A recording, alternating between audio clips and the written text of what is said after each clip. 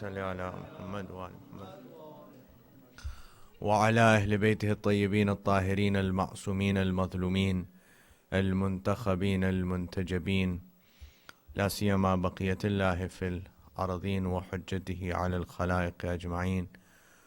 روحي وأرواح العالمين لتراب مقدمه الفداء، واللعنة الدائمة الباقية على عدائهم ومنكر فضائلهم وغاصب حقوقهم أجمعين من يوم عداوتهم إلى قيام يوم الدين. أما بعد، فقد قال الله سبحانه تبارك وتعالى في محكم كتابه ومتقن خطابه: بسم الله الرحمن الرحيم، وما خلقت الجن والإنس إلا ليعبدون. رسائل صلوات على محمد وآل محمد.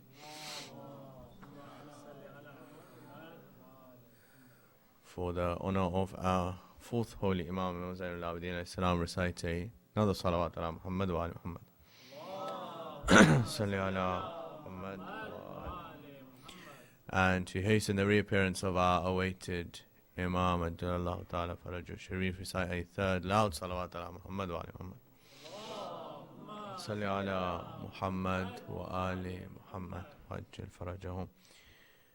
This is the verse that we began our discussion with yesterday, and to recap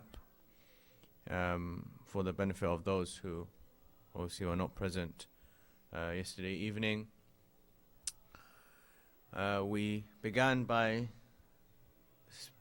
introducing three areas that we want to speak about. The first one is with regards to the philosophy, the definition, and what is ibadah as a concept.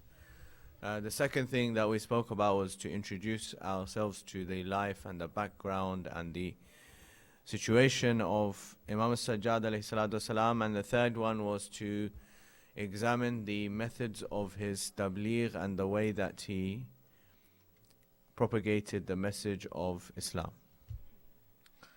So we began and we said in the beginning that Allah subhanahu wa ta'ala, when he says in this verse, which is verse number 56 of surah number 51, surah Dhariyat, Allah subhanahu wa ta'ala, in this very well known verse, emphasizing the purpose of creation, says to us that I have not created men, insan, human beings or jinn, except that they might do ibadah.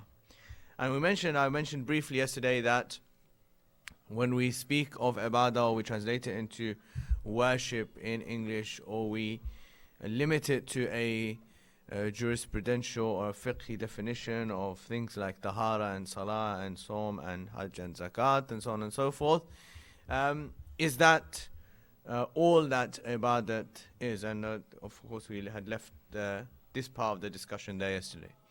So continuing from that point onwards, and I said that we know that Allah subhanahu wa ta'ala has created angels for the purpose of doing this kind of ibadah and this kind of worship. And the way that these angels are created is that Allah subhanahu wa ta'ala has created an angel which is perpetually in a state of ruku'. There's angels which are perpetually in the state of sajda. There are angels which are perpetually in different states of ibadah, and they've been doing so for thousands of years. So any kind of comparison even between that kind of ibadah that an angel could do and an ibadah that we might be able to do in a life which is 50, 60, 70, maybe 100 years is out of the question. Yet we know that Allah subhanahu wa ta'ala has created human being with the capability to be superior to the angels, and to be superior over all other creation. So of course then to suggest that ibadah is limited to these ritual acts of worship that we perform, I will pause here to mention that I don't want this to be seen as me suggesting or me implying that ritual acts of worship are not important. Ritual acts of worship are certainly important, and their obligation is without question of doubt. But what we want to look at is the basis and the philosophy. I don't want someone to go out and think, that this means that we don't have to pray or fast or do other acts of obligations. These are still important, but we want to look at the background and the reality behind these acts. So as I said, the human being has the capability to be better and superior and greater than the angels, as well as other creations of Allah subhanahu wa ta'ala. So what is it about the human being? What does this human being have that makes the human being superior? And that will give us the clue and the answer into what is the real meaning of ibadah as well, inshallah. And then we'll go on to the dua and look at some of the themes that have been mentioned in the dua as well. So Allah subhanahu wa ta'ala, when He says to us that the whole purpose, the sole purpose, there's no other reasoning except for ibadah, means that everything that I do in my life has to be ibadah. And our best examples of doing so are the Ma'sumin alayhimus salam. Allah subhanahu wa ta'ala has sent the Ma'sumin alayhimus salam as role models for the rest of us.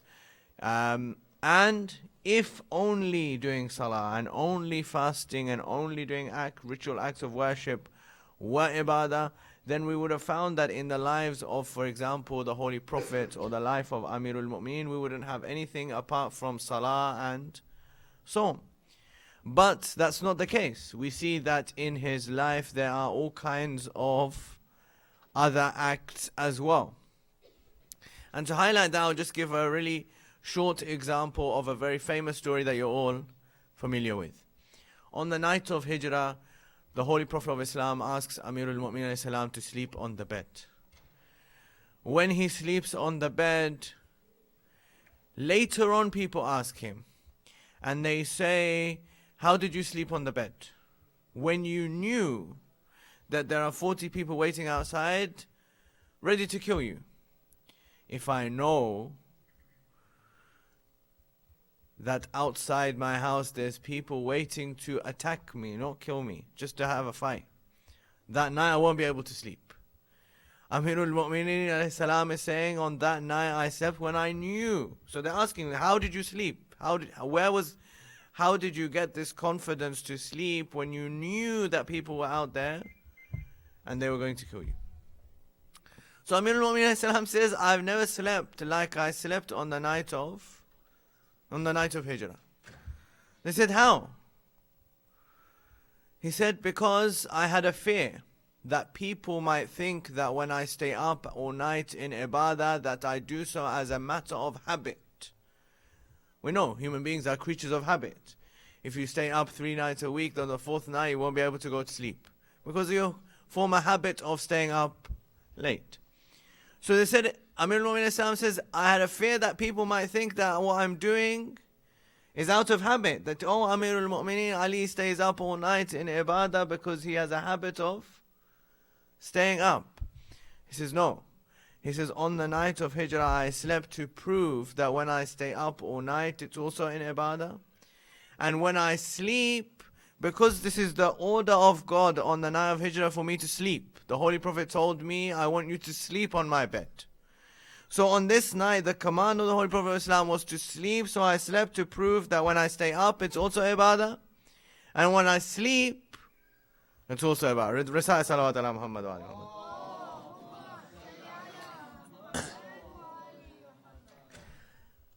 So we find that sometimes staying up is ibadah, sometimes sleeping is ibadah. And there's many ahadith about this. Is of course Amirul Mu'mineen Islam himself, but there's many ahadith from the Ma'sumin alayhi salam to this effect. For example, it's mentioned that it's better for a person with certainty to sleep than for a person with doubt to stay up all night in ibadah, in worship, in what he considers to be acts of worship. It's better if that person who has certainty goes to sleep, because he has certainty, whereas the person who's staying up has doubt. So Amir al-Mu'mineen Islam is saying, I had certainty, and I had certainty that this was the act that I needed to do. So this brings us closer to the answer to what is ibadah.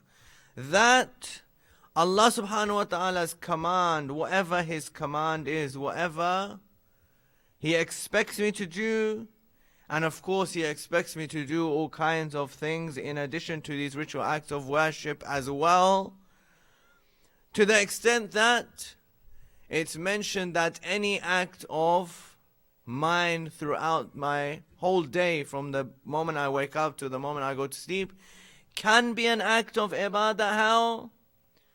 As long as, of course, it is a jaiz act and not a haram act. A jaiz act and a permissible act can be an act of ibadah as well. For example, I wake up and I eat, and then I, for example, go to the gym, or I then go to school or work. All of these acts are mubah acts. They're permissible acts, but I can transform them from mubah into ibadah by doing what? By changing my niyyah of why I'm doing them. If I change my niyyah for why I'm doing them, if I wake up in the morning and I eat and say that I'm eating so that I can stay healthy, so that I can serve the imam, now my eating becomes ibadah. If I then go to the gym and say I'm keeping fit because I want to serve the imam, my keeping fit will also become ibadah. If I go to school and say I'm seeking knowledge because I want to be a better follower of the imam, my going to school will become ibadah. If I'm going to work and I say I'm earning halal rizq in order to feed my family, this also will become an act of every single act which is mubah and permissible will become an act of ibadah just by changing my intention of why I'm doing it. And the best thing about this formula and about this method of doing every act for the pleasure of Allah subhanahu wa ta'ala is that the moment that I go towards doing something wrong, I'll stop myself and say I cannot do this for the pleasure of Allah because it's an act of disobedience. It's an act which will earn me the displeasure of Allah, and so I will step back from doing that action. Recite another salawat ala Muhammad wa ali Muhammad.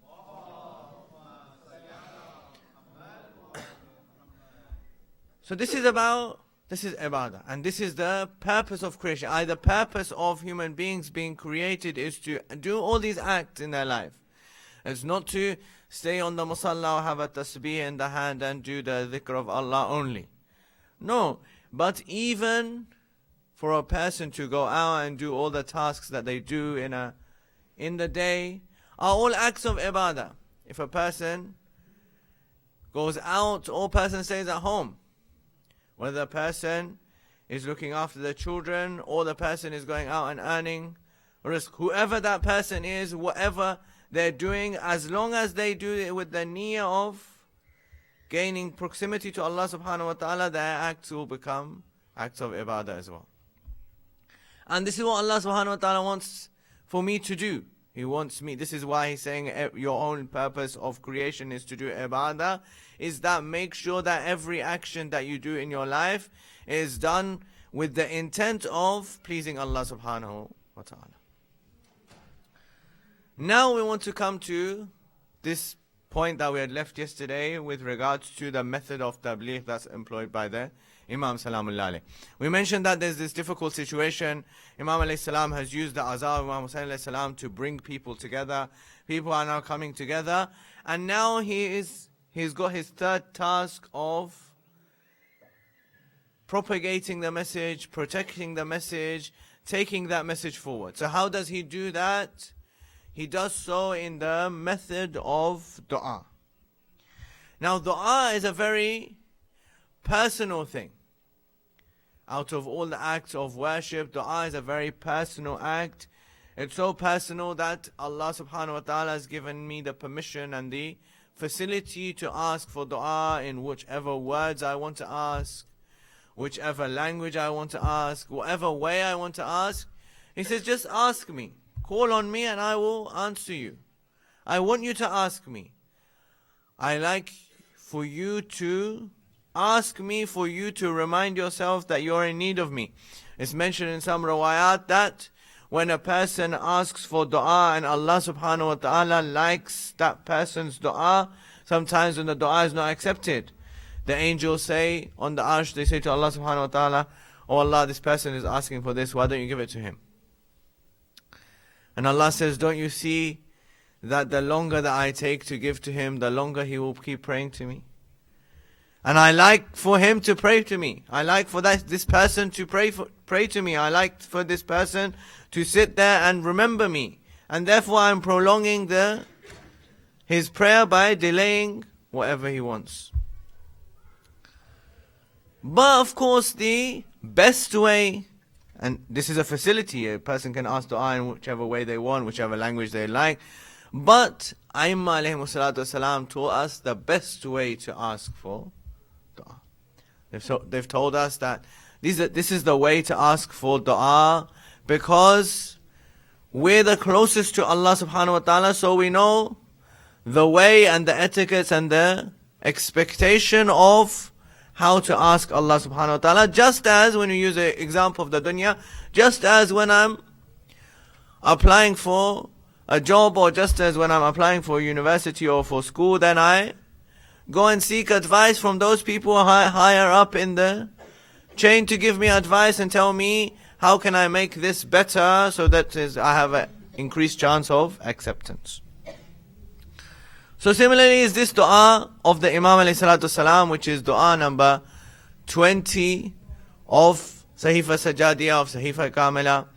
I'm reading it out of Mafatih al-Janan. It's not actually part of the Mafatih, but some helpful souls have added it as a mulhaq, as a additional thing at the end of the Mafatih al-Janan, because it's recommended to be recited in the holy month of Ramadan.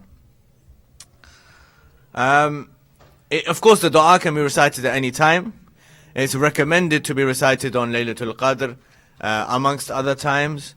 It is a fantastic dua in terms of the lessons that we get. And unfortunately, the issue that or the problem that we face is that we recite the du'as in Arabic, and we don't understand Arabic. So we hear the dua and we listen to the beautiful recitations from the beautiful reciters, but we don't understand what the dua is actually about and how we can benefit from the dua. So I've chosen some themes from the dua in order to look at the brilliance of how the Imam alayhi salatu salam propagates the message. You know, when we think of dua, we think of asking for things, because this is how we are. Our minds are that we want to get something in exchange for something else.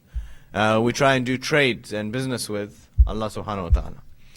But the Imam is telling us that there's alternative ways of looking at dua as well. And if you want to do a trade, and Allah subhanahu wa ta'ala is welcome to and open to doing your trades, but there's some etiquettes and some ways in which you need to employ in order to get the best outcome. So this dua, it actually begins with a beautiful prayer that we all should continually be asking Allah subhanahu wa ta'ala for. The Imam begins the prayer by saying, Allahumma salli ala Muhammadin wa alihi wa balligh bi imani akmal al-iman. Waj'al yaqini afdal al-yaqin. Wa anit bi niyyati ila ahsan al-niyyat. Wa bi amali ila ahsan al-a'mal. And this is a dua, and this is a prayer that we continuously and constantly need to be asking ourselves, that, oh Allah, after praising Muhammad and his holy progeny, make my iman, my belief, the best of iman, and make my certainty the best of certainty, and make my niyyah the best of niyyah, and make my action the best of action. And this is the order in which the Imam alayhi salam has put it. I remember one of our teachers used to say that pay close attention to the order in which the Ma'soom recounts something. If there's a list of things that he's talking about, pay close attention to the order in which the Ma'soom has done it. Because when an ordinary person does it, if you and I make a list of things, then it is possible that we might put something which is more important at the end, something that's less important at the beginning, or vice versa. We will not pay attention to the order of how we would organize things. And this is natural. But when the Ma'soom says something, then what they've put at the beginning definitely deserves to be at the beginning. It is more important, and there's a sequence to follow in order to get to the best of action. So really what we're looking for is the best of action, because the Quran, for example, tells us in Surah Mulk, Allah subhanahu wa ta'ala says, الَّذِي خَلَقَ الْمَوْتَ وَالْحَيَاةَ لِيَبْلُوَكُمْ أَيُّكُمْ أَحْسَنُ عَمَلًا. Allah subhanahu wa ta'ala has created death and life so that He can test you in order to find out whom amongst you has the best, or is it the best in action. But in order to get to the best of action, there's some prerequisites, there's something you have to do in order to make sure that the action becomes the best of action. So the Imam is saying that first of all, you need to pray for Iman.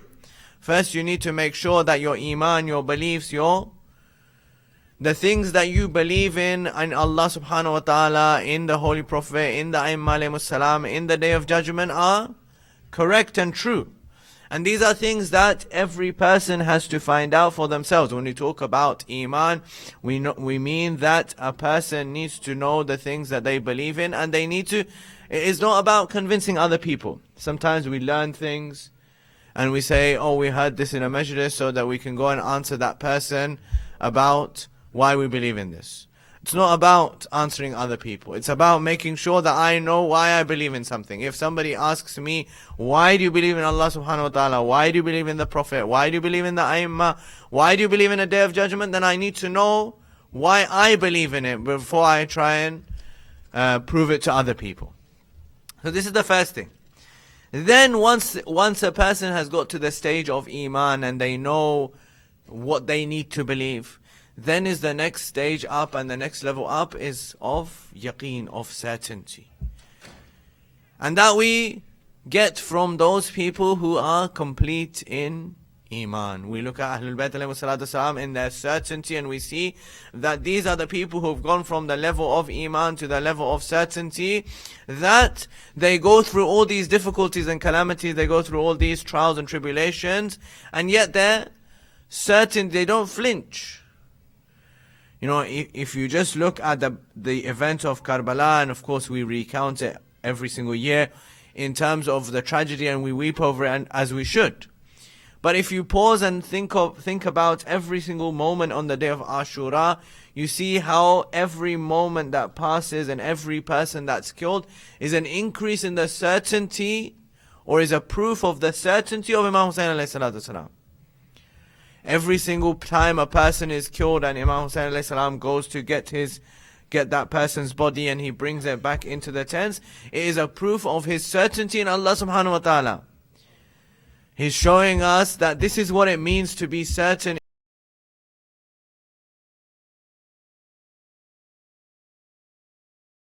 It's not going down, it's not weakened just because people, and such people who are so vital to me, think people like Abul Fadl Abbas, people like Ali al-Akbar, who are so vital to me, they're so close to me, I love them so much.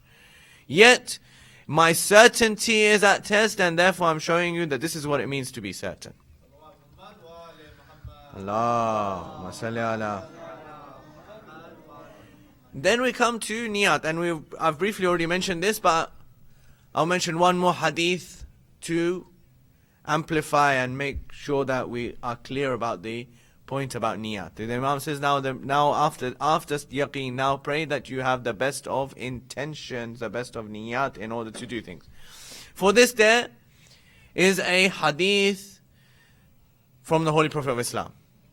The Holy Prophet of Islam says in a very well-known hadith, which is accepted by Muslims from all schools of thought in the religion of Islam, that an-niyatul mu'min khayrun min amalihi. The intention of a believer is better than his action, or better than her action. So somebody comes to Sadiq Ali Muhammad Imam Jafar Sadiq alayhi salatu salam,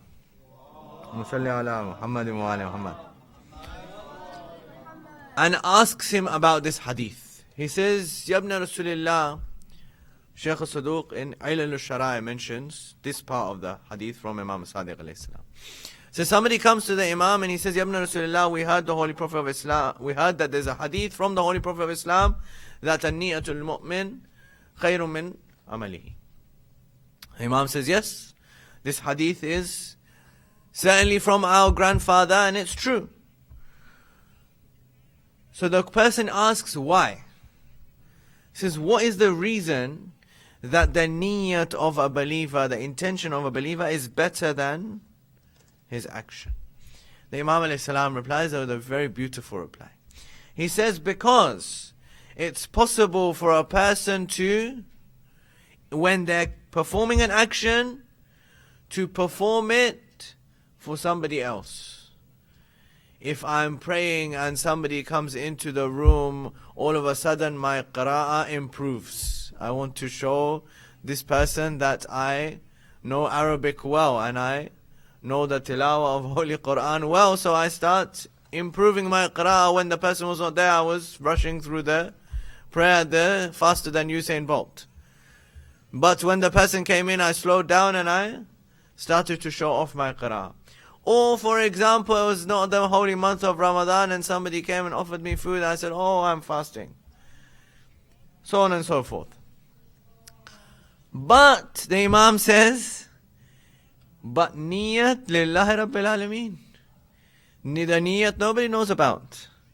The niyat, the intention of the person, nobody knows about it. If a person had an intention to perform an action, but for whatever reason he was unable to perform that action, nobody knew that he was going to perform that action, and therefore Allah subhanahu wa ta'ala rewards not on the basis of actions but on the basis of intentions. That doesn't mean that actions are not important. No, but what it means is that action without intentions are worthless. Risala salawat ala Muhammad wa ali Muhammad.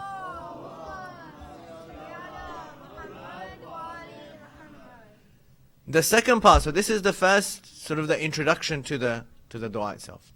Now the dua comes to remind us of a number of things, a number of themes within the dua.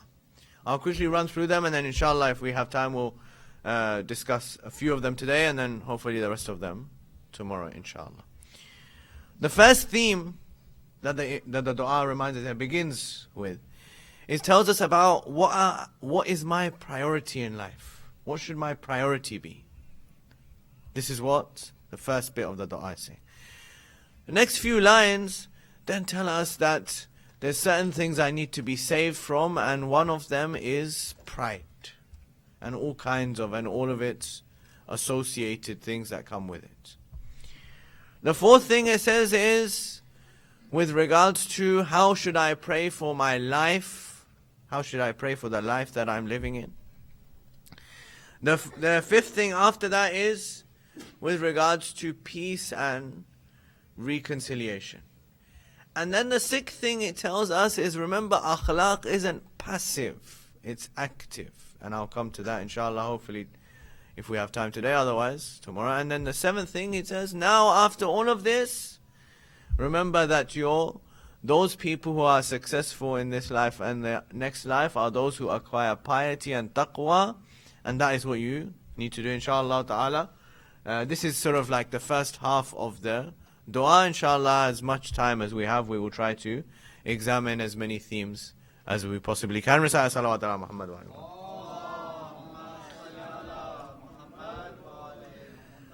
So Imam alayhi salatu salam begins here by saying, he's saying, look, remember your priorities in life. What are your priorities? What should you prioritize in your life? So he says, pray, وَاسْتَفْرِغْ أَيَّامِي فِيمَا خَلَقْتَنِي لَهُ وَأَغْنِنِي وَأَوْسِعْ عَلَيَّ فِي رِزْقِي وَلَا تَفْتِنِي بِالنَّظَرِ.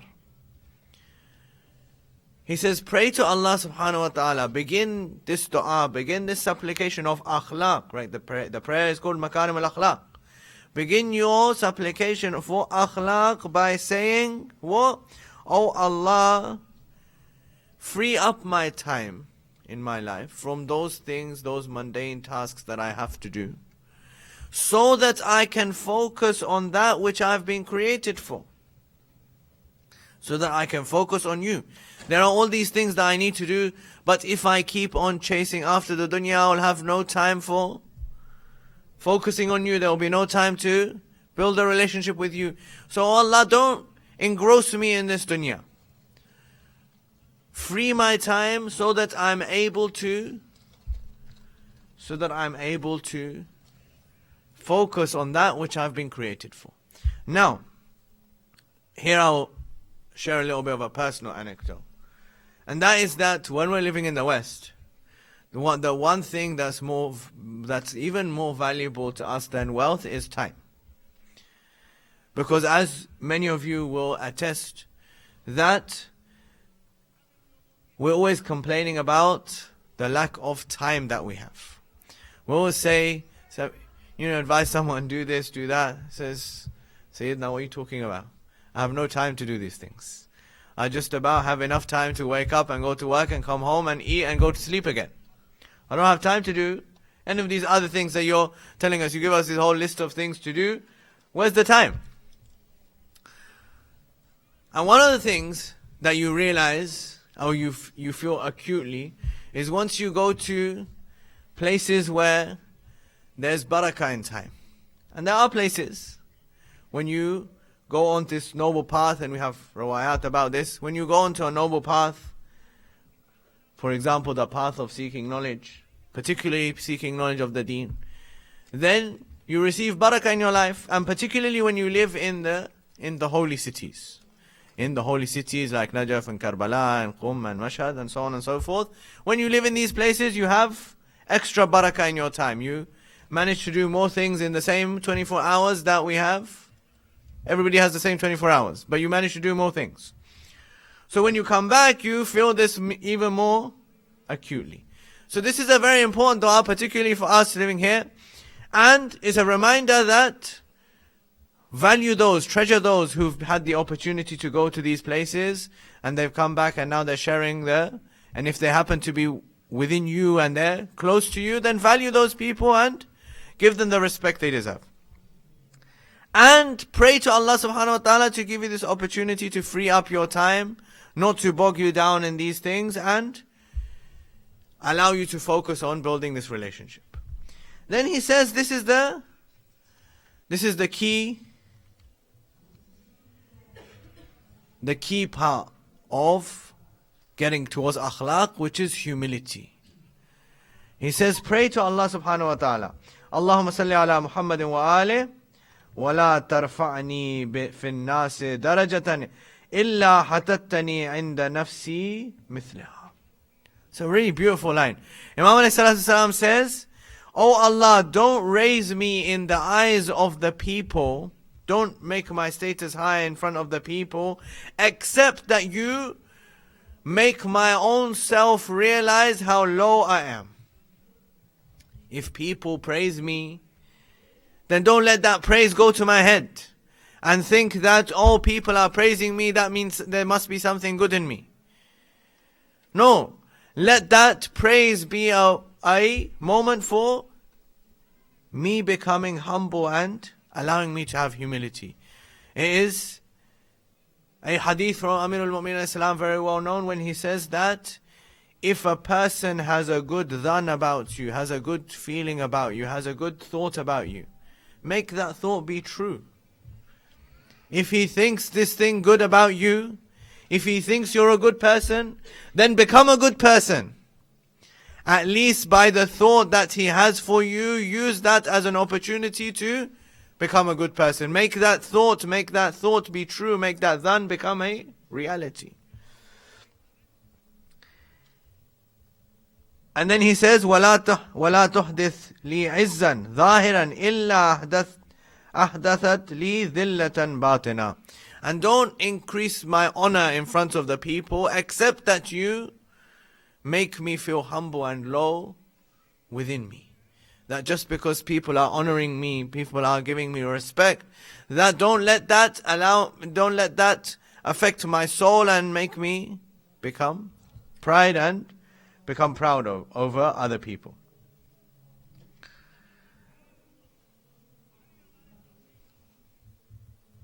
And Allah subhanahu wa ta'ala, as he says, pray to Allah subhanahu wa ta'ala that don't let this pride, this self-pride, this arrogance destroy me as it destroyed other people in the past. Because what it would do, it would destroy all the good that I would be doing in my life.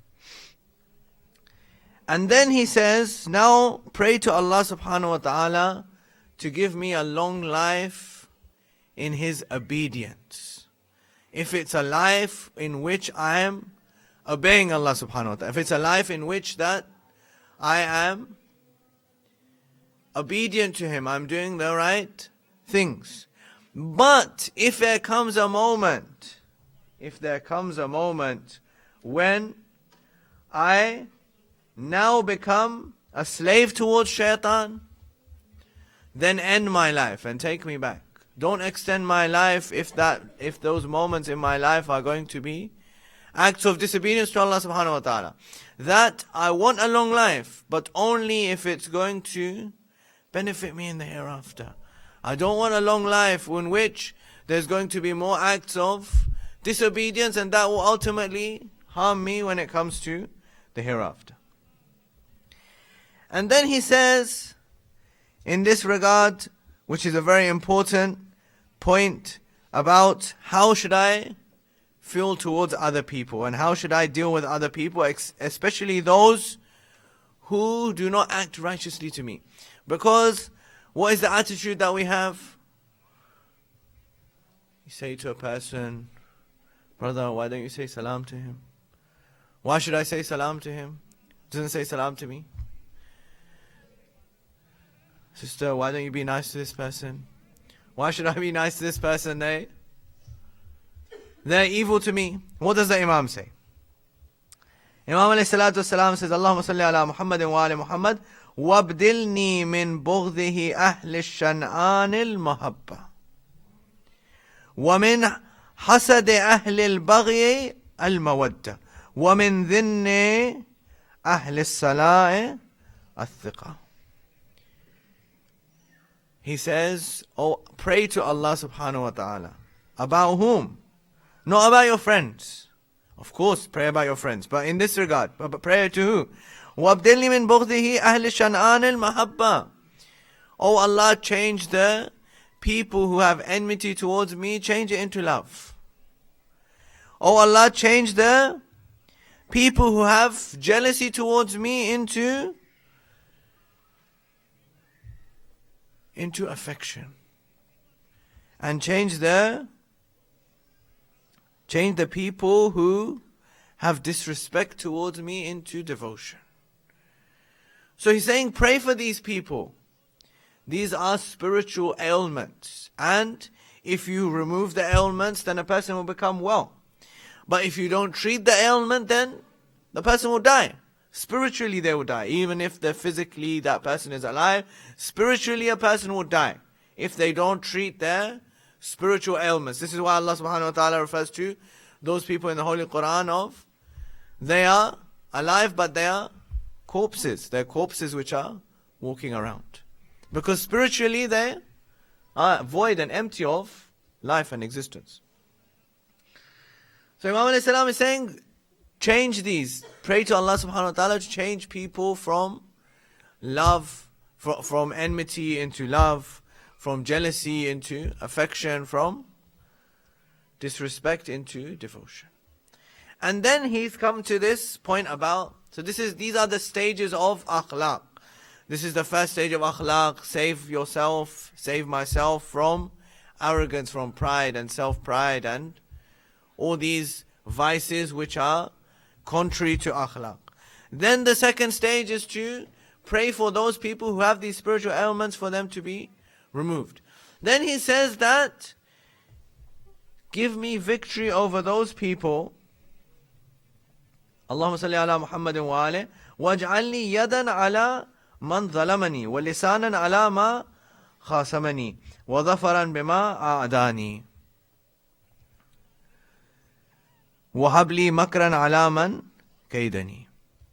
That, give me victory over those people who want to oppress me. Akhlaq is not passive. Akhlaq doesn't mean that I don't stand up against injustice, that I don't stand up against people doing wrong things to me. No, it means how dealing with them in the proper way. In fact, Allah subhanahu wa ta'ala in the verse in the Holy Quran says that Allah subhanahu wa ta'ala does not like the proclamation of evil in Surah An-Nisa. He says Allah subhanahu wa ta'ala does not like the proclamation of evil, illa man zulim, except for that person who has been oppressed. Then Allah subhanahu wa ta'ala says, yes, proclaim the oppression that's taken place to that person, so that people realize that injustice is not an option. That people realize that oppression is not an option. People realize that akhlaq is not for a person to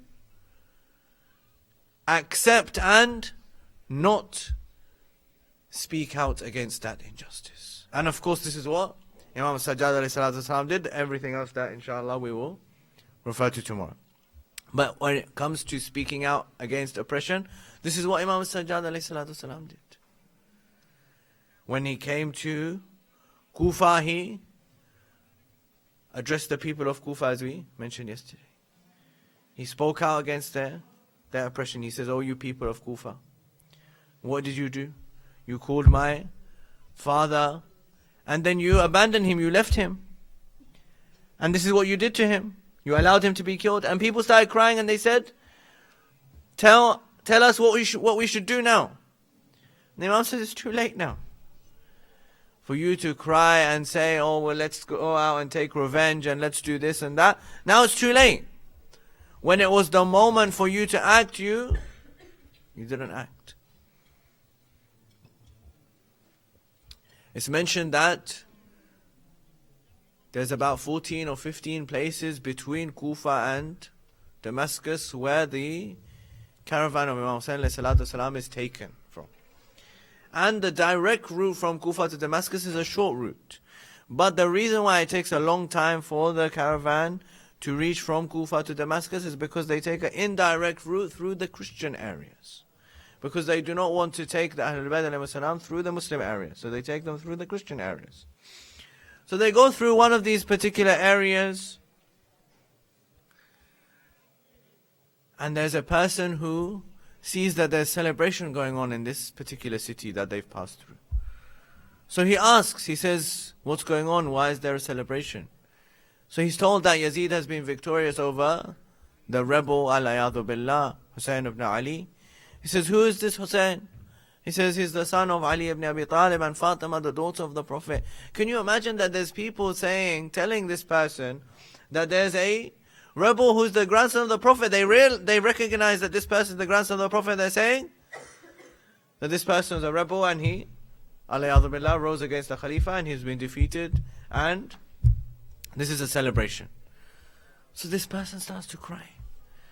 He comes to Imam Sajjad alayhi salam and he says, "Salam." Can you imagine what the state of the Imam is, that when that person comes and says salam, the Imam is shocked and taken aback at the fact that this person came and said salam.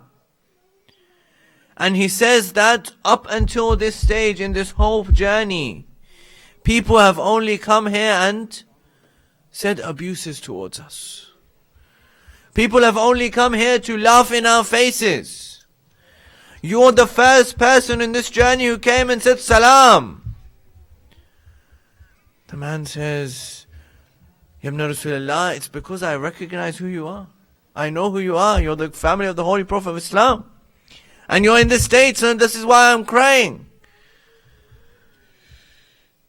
Imam alayhi salatu salam says, "Salam be upon you as well. And thank you for considering this and considering our position." He says, "Is there something that I can do for you? Is there something I can do for you?" The Imam alayhi salam says, "Yes.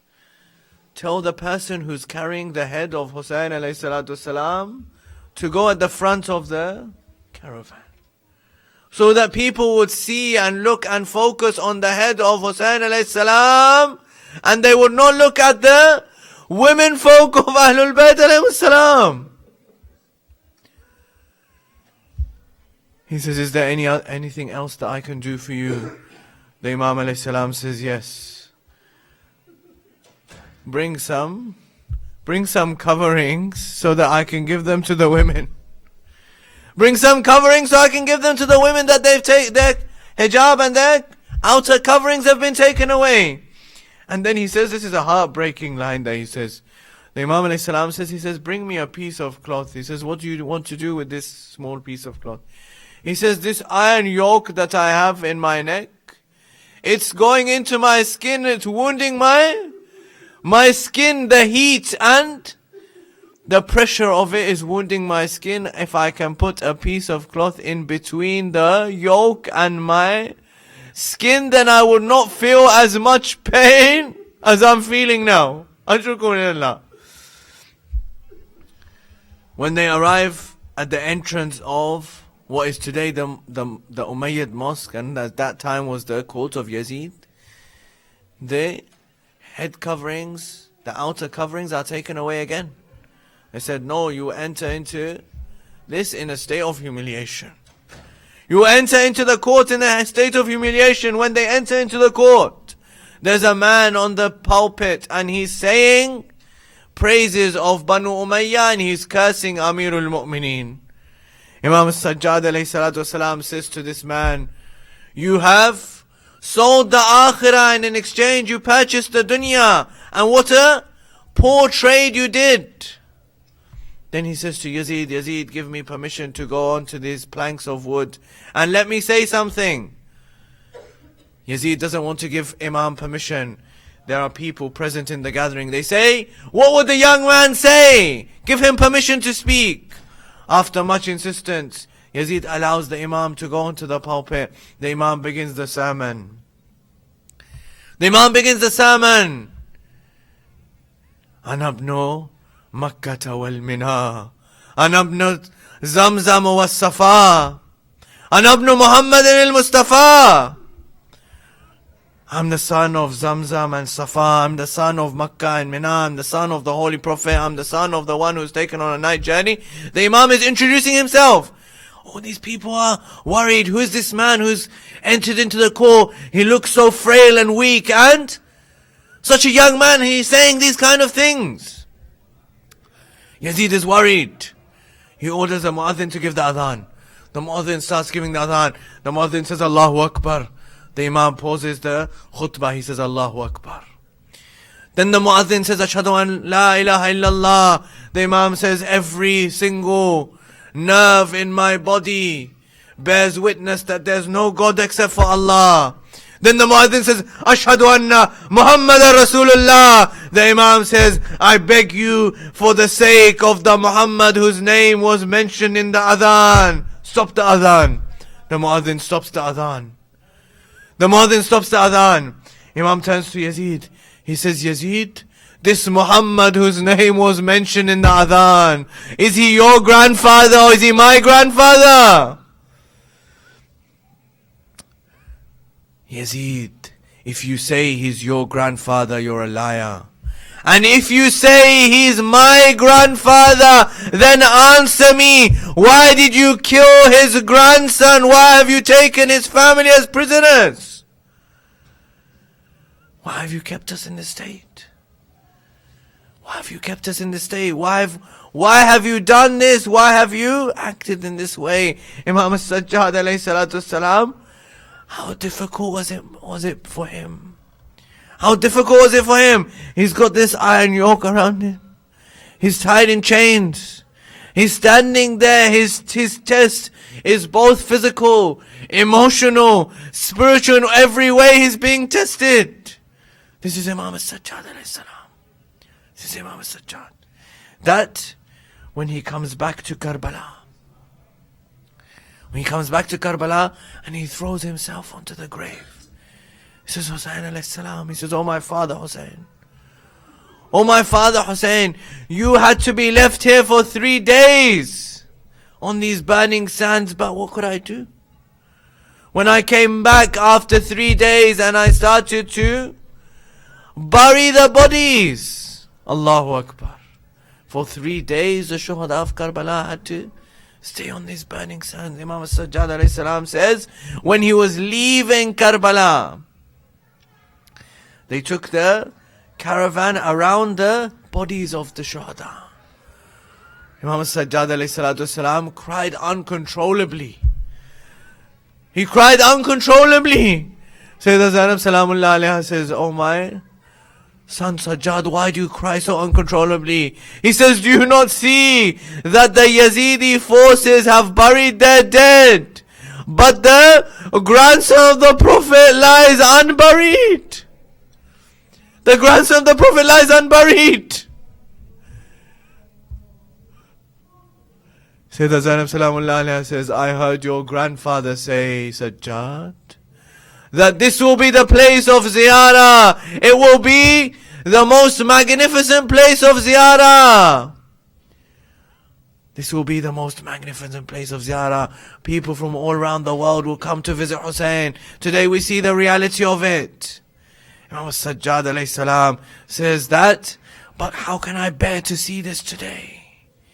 When Sajjad alayhi salam passes away in Medina, he must have thought back to those moments of the body being left on the burning sands, the moments in Kufa, the moments in Sham, for him to call out and say, I went through the most difficulties in Sham, because it was a test of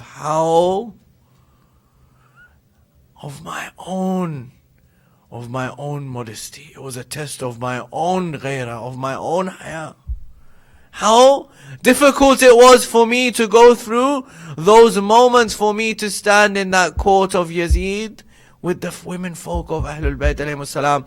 Then when he arrives back in Medina, he delivers a sermon, final words. He delivers a sermon when he arrives back in Medina. And in that moment he says something so heartbreaking. He says, Allah subhanahu wa ta'ala revealed a verse in the Quran saying, قُلْ لَا أَسْأَلُكُمْ عَلَيْهِ أَجْرًا إِلَّا الْمَوَدَّةَ فِي الْقُرْبَى.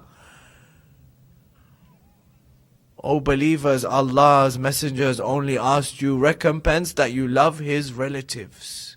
He says, if Allah had demanded you to hate the family of the Prophet, what more could you have done? How much more enmity could you have showed us if Allah had commanded you to hate us? When you did all of this, when Allah had commanded you to love us. Allahu Akbar. How would Imam ﷺ feel? How much hate was shown towards him in this whole journey. Allah wa la'natullahi ala al-qawmi dhalimin wa sayalamu alladhina dhalamu ayya munqalabin yanqalibun. Inna lillahi wa inna ilayhi raji'un.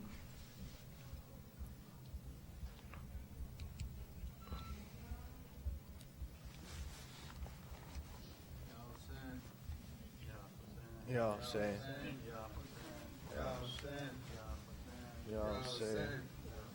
Ya Hussein, Ya Hussein, Ya Hussein, Ya Hussein, Ya Hussein, Ya Hussein, Ya Hussein. Karbala, Karbala, Karbala, Karbala, Karbala, Karbala, Karbala, Karbala, Karbala, Karbala, Karbala, Karbala. Hussein was slain, his family in pain. No soldiers had remained.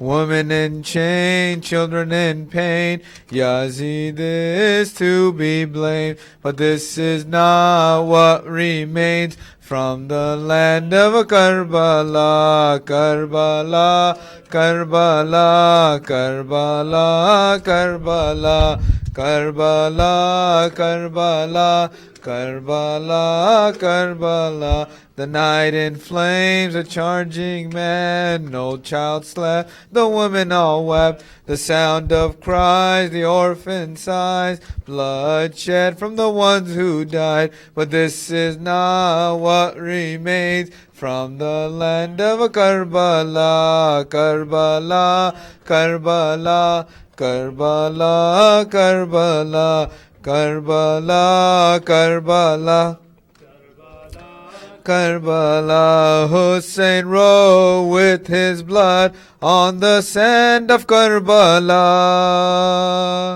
Hussein rolled with his blood on the sand of Karbala. La ilaha illallah Muhammad Rasulullah.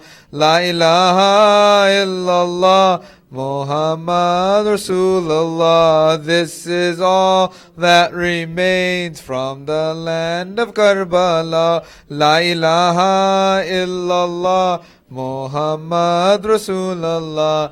Karbala, Karbala, Karbala, Karbala, Karbala, Karbala, Karbala, Karbala. Salawat Muhammad wa ali Muhammad. Assalamu alaikum ya Aba Abdullah. Assalamu alaikum ya Ibn Rasulullah. Assalamu alaikum Amir al-Mu'mineen. Shuhada Karbala. Assalamu alaikum wa rahmatullahi wa barakatuh.